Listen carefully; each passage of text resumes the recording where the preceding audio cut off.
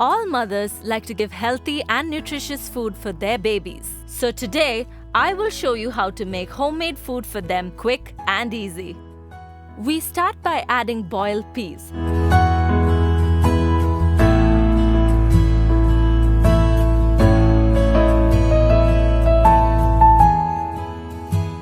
You can use any other vegetable of your choice, such as carrots or potatoes. Now let's grind the peas for 30 seconds at speed 1.